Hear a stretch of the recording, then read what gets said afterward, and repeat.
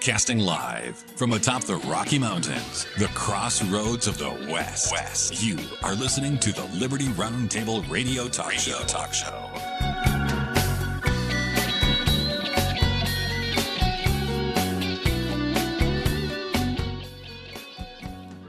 The honey man. Hold her right there steady, ladies and gentlemen. I plead the fifth, for crying out loud. What? China arming Iran? America arming Ukraine?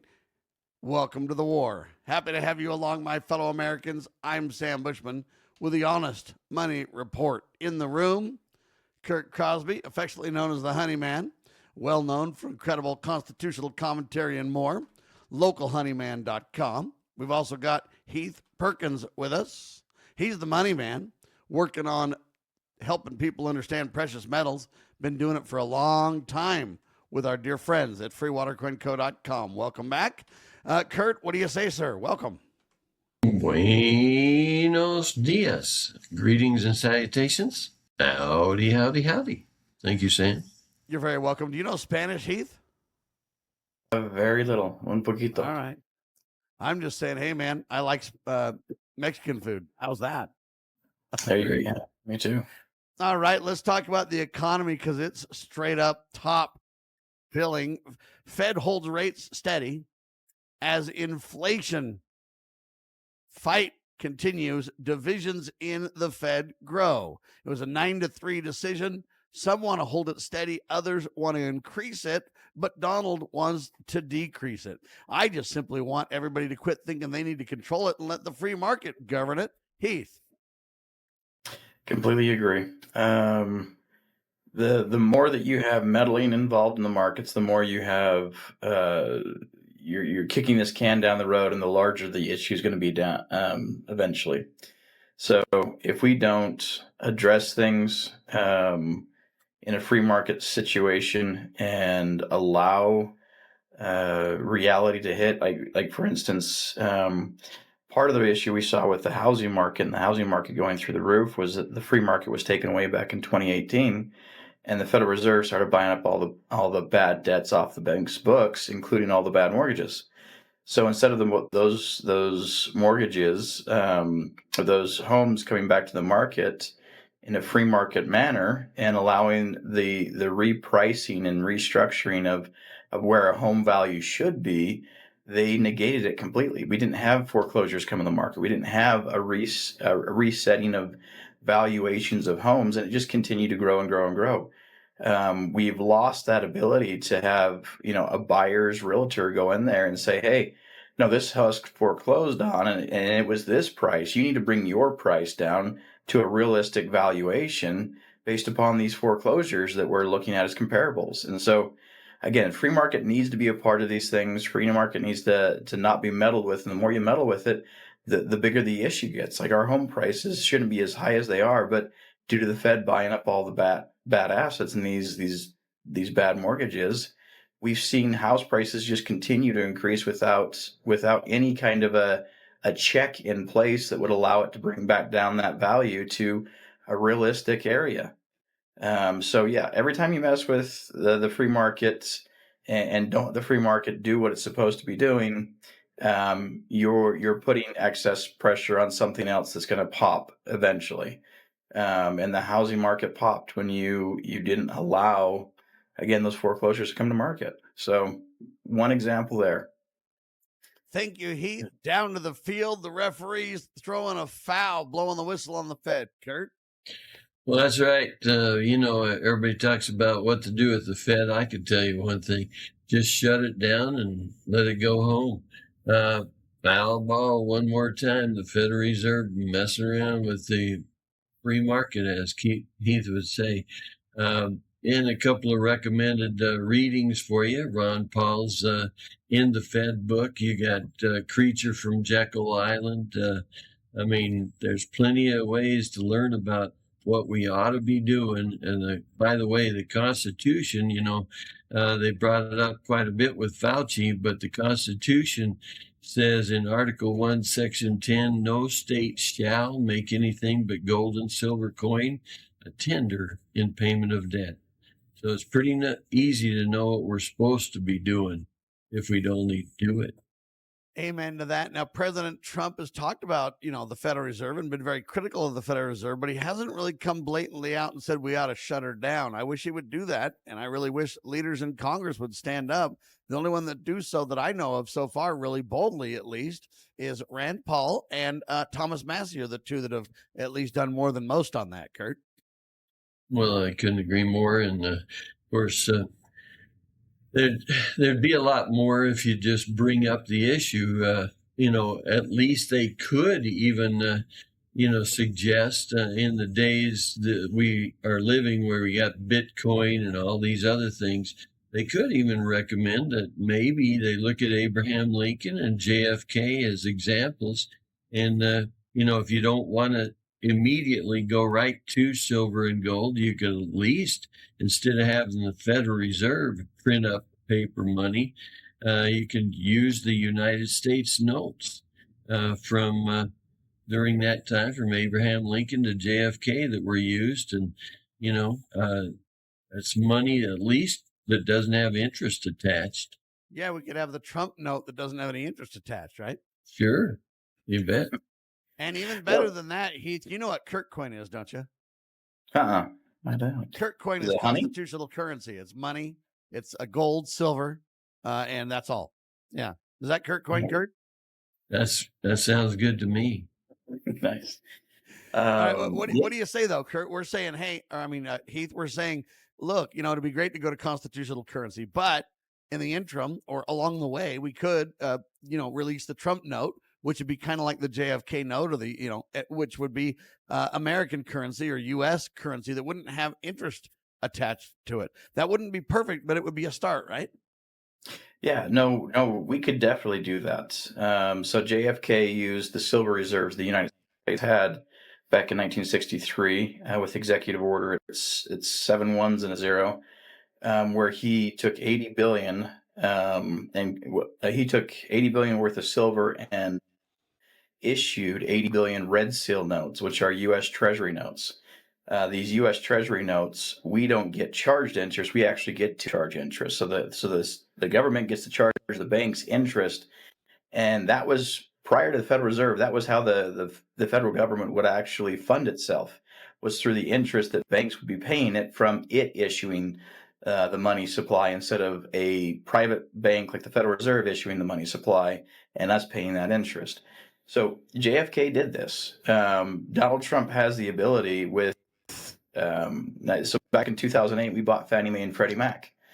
When we bought Fannie Mae and Freddie Mac, it didn't give all the citizens the mortgages that we use their tax dollars to buy Fannie Mae and Freddie Mac with. That became an asset on the books of the United States government. Well, that asset is so huge, we could literally use just that asset to back the issuance of red-sealed U.S. Treasury notes to get out of where we're at. We could start charging interest to the banks again. We could take that system. The U.S. Treasury. There's only one problem, though, is I think they looted the Treasury, Heath, and so I'm not sure that it's really there anymore. And I know President Trump said that he was going to go in and monitor that dude, let us go into Fort Knox and kind of get a handle on it. So what I thought Trump could do is he could just commission the 3 Musketeers. That would be us. You got the blind man, the honey man, and the money man, and we could just roll right in there and record what's happening. Do live video. It'd be like a reality TV show on money steroids. And what do you think, Curt? We could just roll in there? I'm just waiting for a commission. You bet. All right. So does Trump know you're ready to sign up, Heath? He's got to know this. Not yet, but if it's on air right now, then it'll eventually get there where he has the ability to do this. Because you could say, I have testing tools. I work for a gold and silver company. I know how to make sure it's real gold. I know how to vet this thing, make sure it's really going on. We know how to go ahead and count it and make sure it's accurate and everything like that. I'd be the reporting guy. I'm the blind man. I don't need to, see it. I'd just be the reporter, and I'd hear no evil, see no evil inside the Fort Knox. You know what I'm talking about? And then Curt Crosby, the honey man, and just, be the referee guy. And he'd just be like, hey, whoa. Are you telling me that's tungsten? Is that what you just said? And would know what the truth is. Gold, silver, what the real metals are, right? Yeah. Amen to that. Mm-hmm. All right. Tell me what gold and silver is sitting at right now, Heath. Where's gold sitting? So gold's at $4,097.50. $4,097.50. So what that means, it's almost $4,100. Correct. 4097, ladies and gentlemen. How many cents again? 50 cents. 50 cents. All right. Where's silver sitting? It was at 58.28. 58.28. All right. We'll take a quick break. We'll come back and talk about it with Curt Crosby and Heath Perkins. We're talking about honest money. This is the Liberty Roundtable Live Honest Money Report.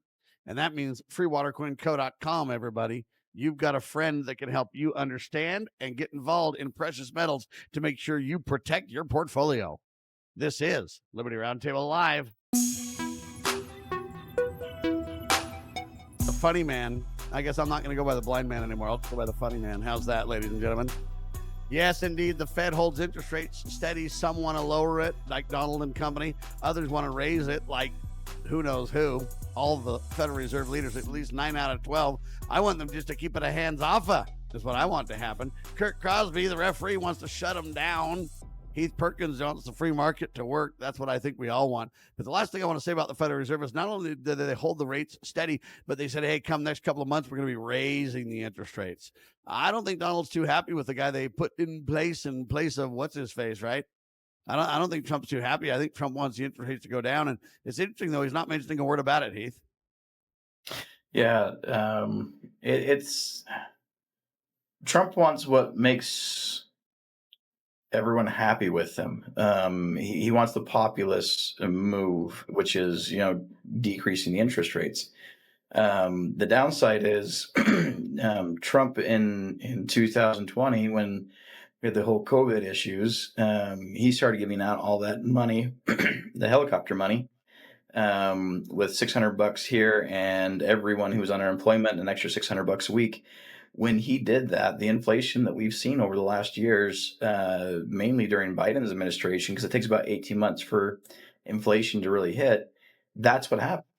And so he's got no one really to blame besides himself for these higher interest rates due to just entering all that money to the market. So it's what he wants, but he already made his bed in that sense, and he's got to sleep in it now. So if there's higher interest rates due to inflation like we're seeing, he's got to deal with it. It's not a populist thing. It's not a fun thing for the citizens. But we can't. I mean, you can't thwart inflation without taking money out of the system, and that's what higher interest rates do. Is they pull more money out of the system, which allows what Trump had previously done to be somewhat undone. And it balance hits the brakes on the economy. If you're a redneck and you don't understand all this, it just hits the brakes on the economy. I want my cake and to eat it too is what I'm talking about. And Curt Crosby over here's got a fistful of Benjamins now, don't you, Curt? Well, I can say this, that, there's at least when you look at President Trump, he's somebody who's actually been in business. That's for sure. As far as I know, he's the only president that served without pay. Everybody else brings in the cash and gets richer in Congress or senator or president. And President Trump, at least there's a lot that can be said about what he's done. I certainly would hope for a return of Jesus Christ to run the whole thing, but until that happens, that's coming, my friend. I promise you that, sir. I agree. I just don't know if it's right around the corner, and I'm hoping. Right. Yeah. All right, I want to talk about this Fauci facade. I don't know what's going on here, but man, Rand Paul put Fauci on the hot seat, and Fauci invoked his Fifth Amendment rights 111 times. Now, here's the interesting thing. It's pardoned Fauci, who pled the Fifth literally 111 times, leaving critics doubting that there'll ever be real accountability. I'm one of those people. I don't think that they'll ever get Fauci. He'll walk because Biden gave him the pass. Now we can debate the auto pen and say, Biden didn't really do it. That doesn't stand, but that hasn't held much water. And now that Fauci's been pardoned and now that he's pled the fifth 111 times, I mean, if I don't talk, then you can't really say that I crossed myself after the fact. And so it was a very contentious Senate hearing. Rand Paul had to kick the attorney for Fauci out. And basically, critics are saying, hey, the pardon plus the refusal to answer anything means there's nothing really new here. It's a great, grandstand political theater thing. Now, don't get me wrong. I'm not against Rand Paul doing this. I think he's a hero for, letting the truth get out there. Why would a pardoned man plead the fifth 111 times if he's, honest? But that's where the debate starts, Curt. Well, he couldn't be more correct, Sam. I mean, I listened to pretty much the whole thing, and one of my favorite parts was when Senator Josh Hawley was interviewing him. He asked him, because he was kind of tired of hearing the whole taking the fifth thing from Fauci. So he said, well, what color is your tie? And he came back and said, on the advice of counsel, I'm, going to take the fifth. He said the same thing about the carpet and about the day of the week. I mean, it was just crazy. But it's what and they put everybody on notice that this guy's, it's not a matter of just pleading the fifth in literal protection for yourself for things that may be complex beyond average understanding for legalese, but it's that he was basically advised, do not say a single word about anything. And the question becomes, when you testify before Congress, yes, you have the right to plead the fifth, but do you have the right to plead the fifth when you're on the people's errand to not answer anything at all whatsoever? And that's kind of where the debate is. So Rand Paul, pushing for a vote next week, I think it is, to see if we can go ahead and recommend this for prosecution. I really commend Rand for doing this. Don't get me wrong, but I don't see it going anywhere, Curt. I really don't. Well, you have kind of precedent for contempt of Congress kind of situation. But only for patriots. Well, that's right. Steve Bannon and Mr. Peter Navarro, both spent some time in the slammer just recently. So I don't. Fauci won't, because he's on the liberal side, though. The liberals never have. It's a two-way street, sir. I sure would like to see what's good for the goose, etc. Good for the gander. Amen to that. Heath, what do you say about this, though? I mean, I don't mean to be so cynical, guys. I hope and pray Rand Paul gets it done. I really believe there needs to be accountability here. I think we need Nuremberg-style trials, in my opinion, on this thing, because it's a disaster and a half. And the proof is when you plead, hey, the Fifth Amendment to basic things like your tie, the carpet, and you do it 111 times and you will answer nothing, and you're called before Congress and you are the people's representative, the highest paid representative in government, and then even Donald Trump saying, hey, I tried to warn Biden about this guy, but you know what? Biden did nothing. In fact, expanded his power. At some point, there's pay dirt here, Heath. Yeah. Well, it's interesting to begin with. Like, why did Biden pardon a guy who had no charges against him? So it was the anticipation that he was going to have charges against him. Like, you don't pardon someone who doesn't have anything. Like, there was nothing to pardon yet. A preemptive pardon, like, which automatically you're just admitting he's guilty of something. So right off the bat, that was a really weird scenario that Biden had pulled, because Fauci wasn't indicted on anything yet. And I was just waiting for my pink slip pardon in my back pocket just in case. You know what I'm talking about? Yeah, just to show up. But yeah, I might get out of jail free card. I mean, I don't even know why, but if anything came up, you know what I'm talking about. Mm-hmm. Yeah, well, the senator from Florida, the new senator from Florida, though, she brought up some very interesting parts, and I guess the pardon goes back to 2014, when some other nefarious activities occurred, and I just think there's, like you say, a whole bunch of bad stuff going on there, and I'm calling a foul. One more time. Amen to that. There's ghosts in the closet, that's for sure, ladies and gentlemen.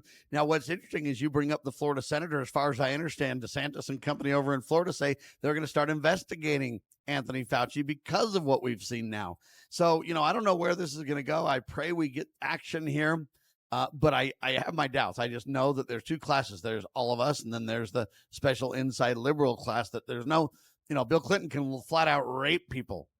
And everybody just kind of laughs and goes, bimbo eruption, no problem. But then anybody else, it's like, oh my heavens. And they get, now I'm not defending any of those actions. I'm just saying you can see the two classes of people and where we go. That's what we're seeing here. Heath? Yeah.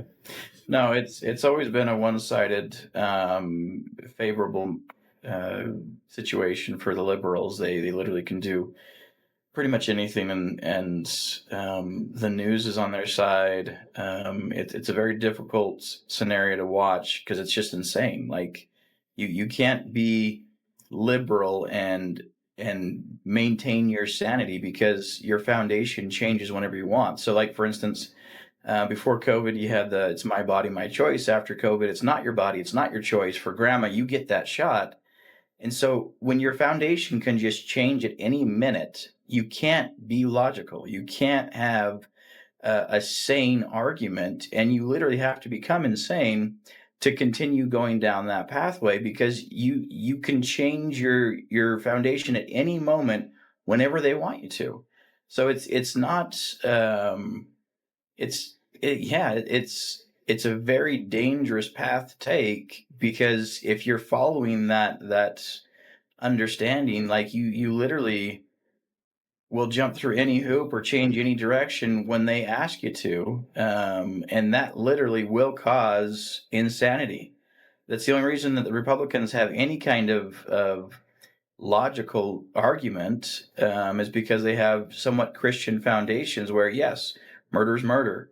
The life in a mother is a life. Like we're not getting around this. Like there's no changing my mind on this. There are hard lines when it comes to Christian beliefs that will never change. But with liberals, they will change. And due to that, you can't have logical arguments with someone who can change at any time. When the hierarchy says change or whatever it is, they will. You gotta give the liberals some credit though, Heath. And let me tell you why. When they threaten to put you in jail, buddy, they will. Just ask the J6ers. Just ask Tina Peters. Just ask, and we go on and on and on. The Republicans, what they do is they go, we'll investigate, and then they come back and they say, well, it was bad, but it wasn't that bad. So nobody goes to jail, but it was sure an ethical problem, and then nobody goes to jail. And so to me, at least the Democrats get some credit. They do what they say they're going to do. The Republicans make promises and don't deliver, and that's, in my mind, a bigger problem. I just say the party's over. Let's jettison partisan politics, shall we? All right, for Curt Crosby, localhoneyman.com, for Heath Perkins, freewatercoinco.com, I'm Sam Bushman. God save our constitutional republic. It's worth it when you try.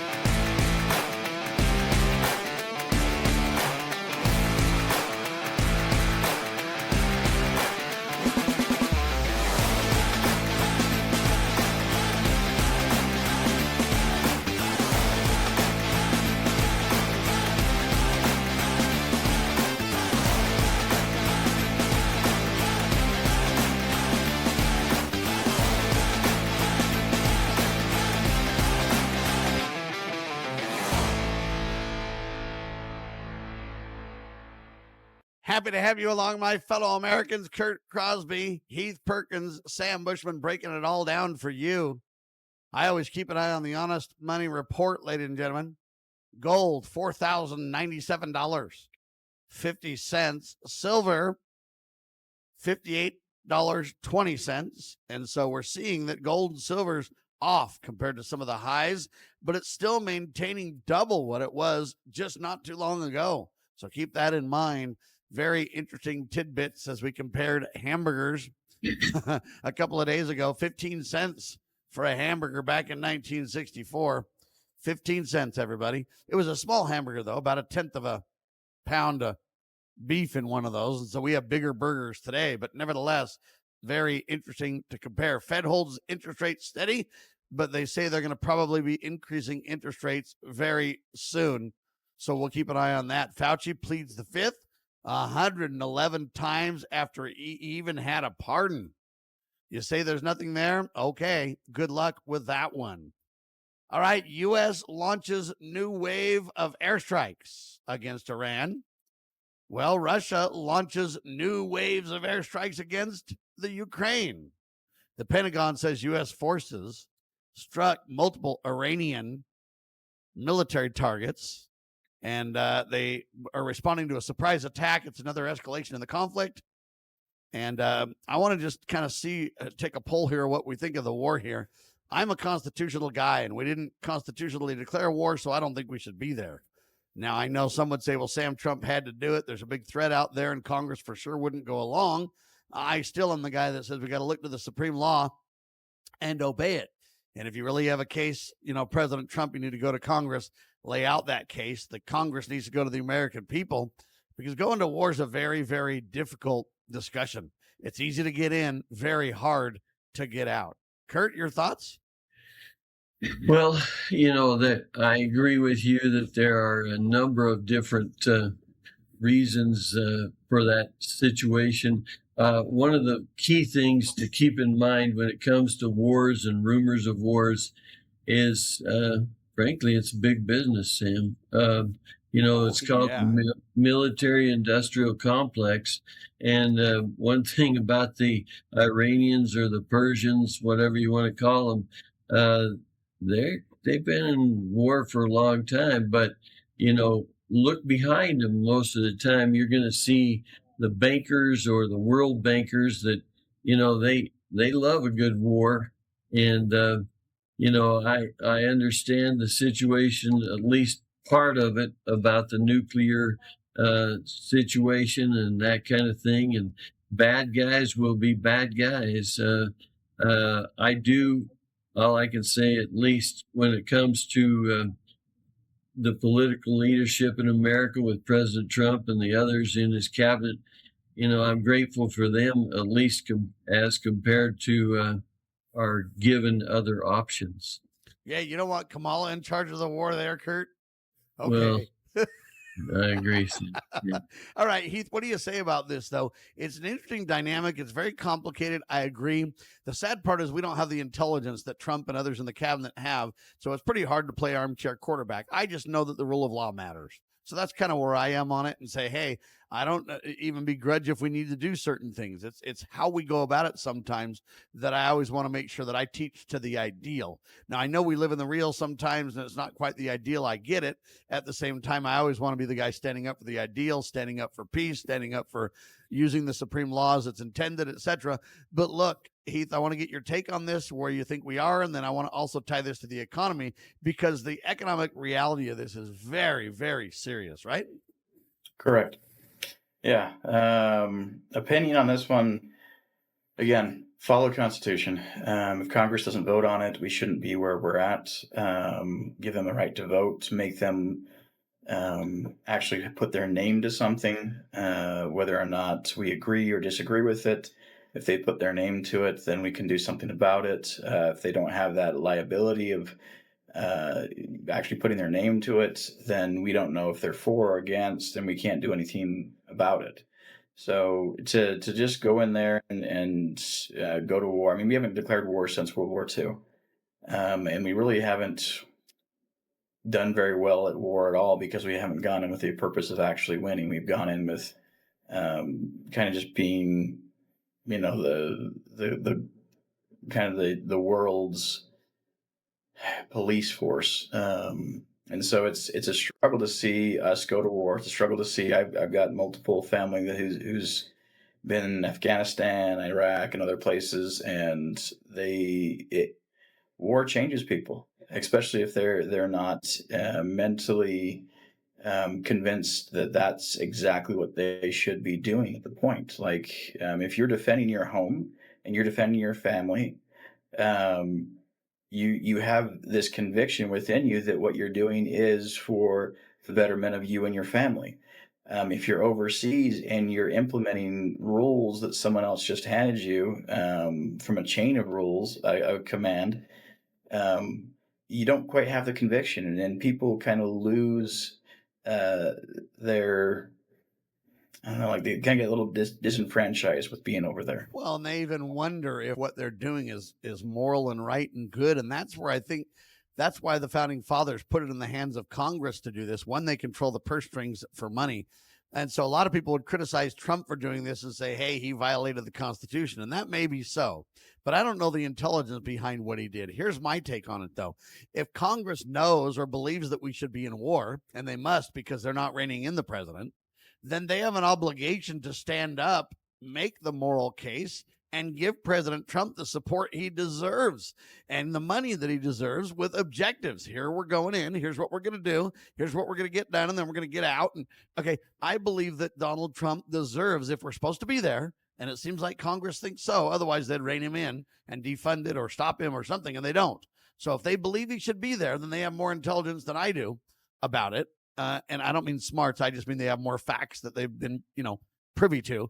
But if they really believe he should be there, then they need to give him the authority constitutionally, the funding, and the support of 435 members of the House, 100 members of the Senate, or whatever they garner to put that legislation in place to give him the authority to go.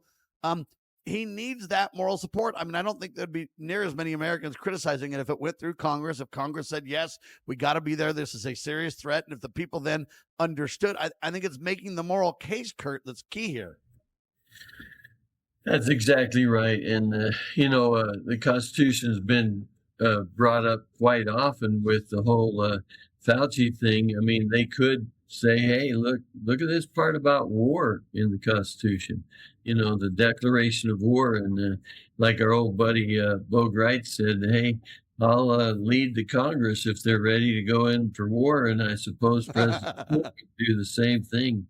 And you wouldn't have too many of those congressmen and senators sending their families and heads off to war, I don't believe. But don't you think Congress, as a representative, we the people, owe it to the president of the United States? If they believe he should be there, then they need to back it, appropriately and honestly, with the money, with the funding, with the guidance that they're supposed to provide. And if they were not supposed to be there, then they need to vote against it and stop it. But what they can't do is sit in the middle and do nothing, in my opinion. They're derelict in their duty. And everybody wants to blame it on the president, but I don't think that's fair.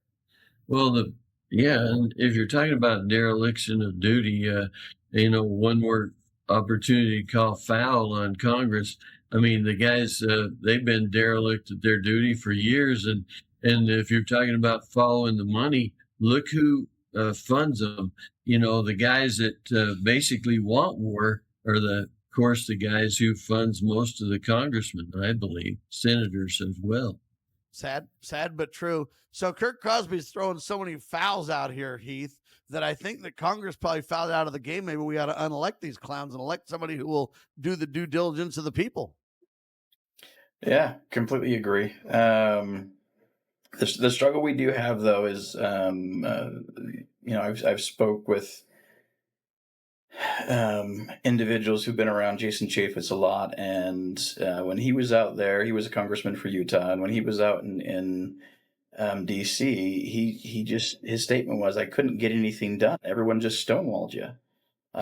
People who want to make a change out there just consistently get stonewalled with all these incumbents. And so a clean slate across the board almost seems like that's the only possibility for us to stop what is going on and get back to a constitutional move. And so I don't think we'll ever see a clean slate because, 95% of the time that incumbents get reelected. And so it's the good old boys club in a sense. It doesn't change or hardly ever changes.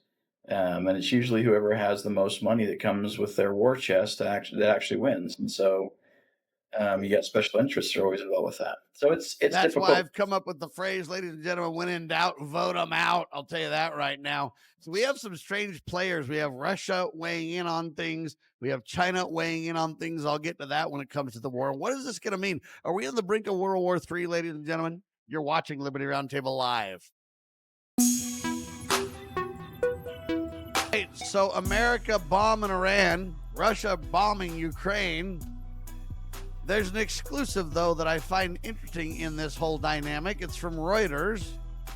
China reportedly preparing to arm Iran with hundreds of portable air defense missiles. Now, Iran, they say, could receive up to 400 Chinese-made shoulder-fire missile system within weeks. And it's a big old talk. It's Reuters, one of the big international credible news services, reporting it. But China denies the report. No independent evidence has yet confirmed the alleged weapon transfer either. But I look at this and I go, okay, wait a minute. Russia has been backing Iran. China has been friends with and backing Iran. We now have Russia attacking the Ukraine. You've got us and the Ukraine and whoever else. Benjamin Netanyahu and Israel and some of the European folks are trying to stay out of it a little bit, but they're getting drug into it. You got Russia in the mix, China in the mix, Iran in the mix. North Korea has been said to be somehow involved as well. Are we seeing World War III in the making, Heath? This is the location it would have to happen. So before 9/11, we had 7 nations that didn't have central banks. After 9/11, the wars we went into, we ended up with 3 nations that didn't have central banks, and Iran is really one of them, or at least a central bank that's not a player with the world group of central banks. So Cuba is the other one, and North Korea is the other one. So Iran, it's always been on the docket. It's been on the docket to take over and to put a central bank that's conducive to the rest of the world's central banks. And so it makes all the sense in the world that that's where they're going to start. One last country that hasn't been controlled by these central bankers to be infiltrated and regimes changed within it. So this makes all the sense in the world to me when it comes from a central bank's perspective. They want this to happen. They want Cuba to happen, and Trump's already been talking about that. They want North Korea to eventually happen, and that one's just the wild card on the table still. But this seems to be where it's going to start, and it'll go from there. We also had a message that was given by Janet Yellen stating that the U.S. cannot fight a war on 3 fronts. So if we're in Ukraine and we're in Iran, that gives the opportunity for China to take Taiwan at that point. That gives the opportunity for these other nations to kind of flex their muscle a little bit more. So tying us up into this area is going to be detrimental. Persia has never lost on their own soil, which Persia is just modern-day Iran. Throughout history, that record has never been defeated. They're a very proud nation for that. And again, they're fighting on their own territory. So the conviction of their soldiers are going to be far more than the conviction of the rest. When you invade a nation, you're the aggressor in a sense, and that the other nation truly fights with everything they've got, and their convictions are going to be far more founded than ours. So yes, I can see this being the start of World War III, and that would be the place that I would have foreseen that it would start at. All right, what do you say, Curt? Are we on the brink of World War III here? I just think when China, North Korea, Russia, and then we're on the Ukraine side with Israel, and it just seems like, man, the players are starting to assemble sides, and it seems like everything's continuing to expand. Every time we turn around, there's more expansion. More people are bombed. More people are then taunted to get involved, and I'm concerned that we might be on the brink, sir. Well, and it's very interesting what he said when you consider this whole central bank idea and how so very few countries have it, and Iran is one of them. But when you look at this whole I guess you'd call it World War III. To me, one of the key issues there is, the Communist Chinese declared what was called the People's War. And this is, I believe, 2019, if I remember right. There was, and this is something that they've done for many years, but most people know very little about it.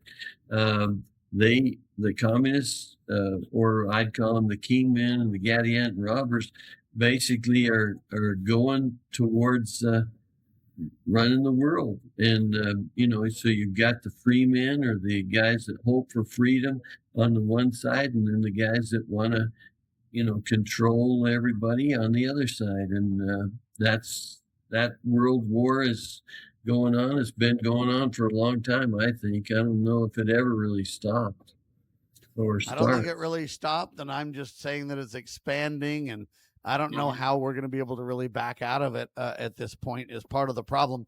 But it's getting so bad. For example, there's a headline that I find interesting. The lines have been drawn. America shuts the door on Chinese robots.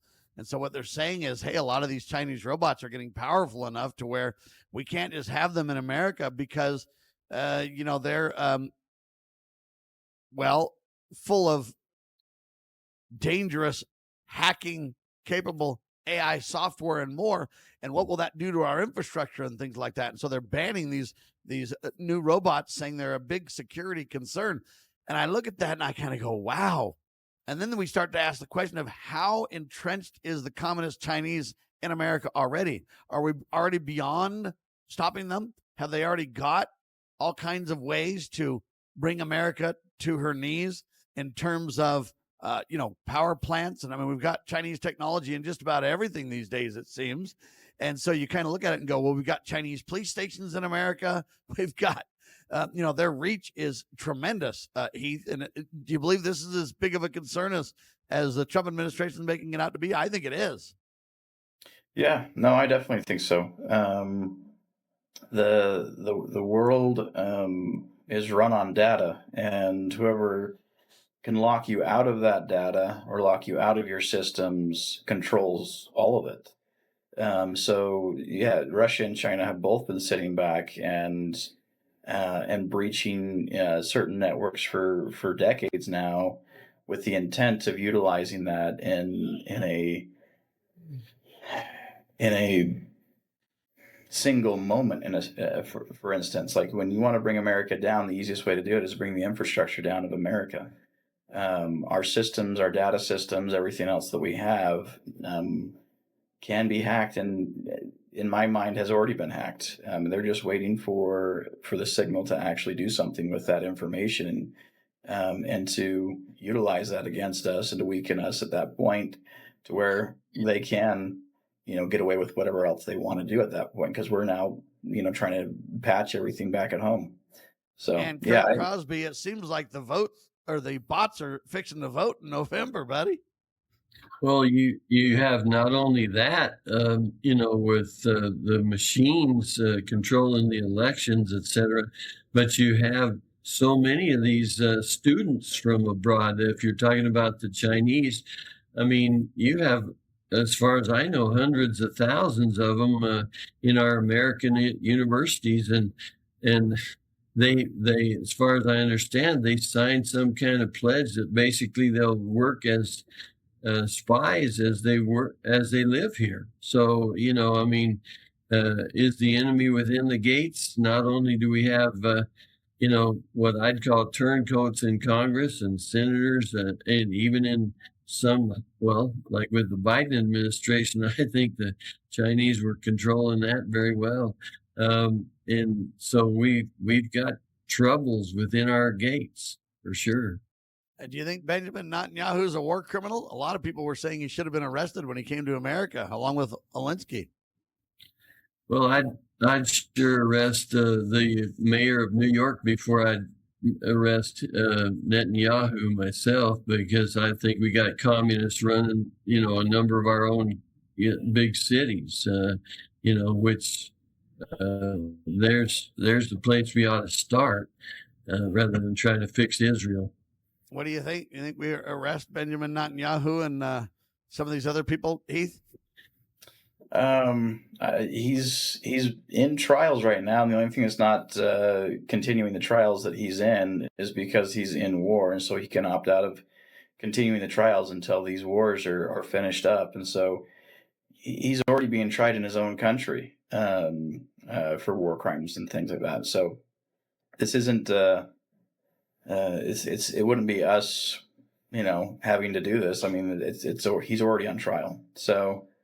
But yes, I do think that, what has happened from a humanitarian perspective is nothing short of genocidal. And in that sense, if we are a nation that wants to make wrongs right, there should be accountability that's held there. And you go after Maduro and leave, Netanyahu alone. Kind of an interesting twist, to say the least.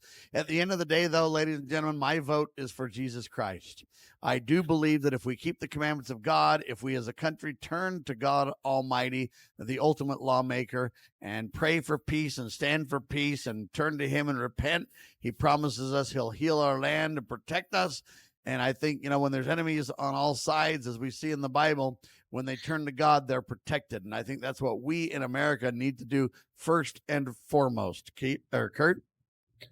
Well, I couldn't agree more. And our Constitution, our government's all set up only for a moral and righteous people. And, like you say, without that, all bets are off.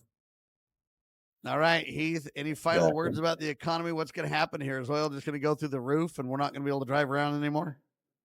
I don't think oil is going to go through the roof. There's a lot of hype there. If they go through the roof on this, then it'll stall the entire economy, and that might be their objective. But Trump doesn't want that to happen. He doesn't want that negativity on his own.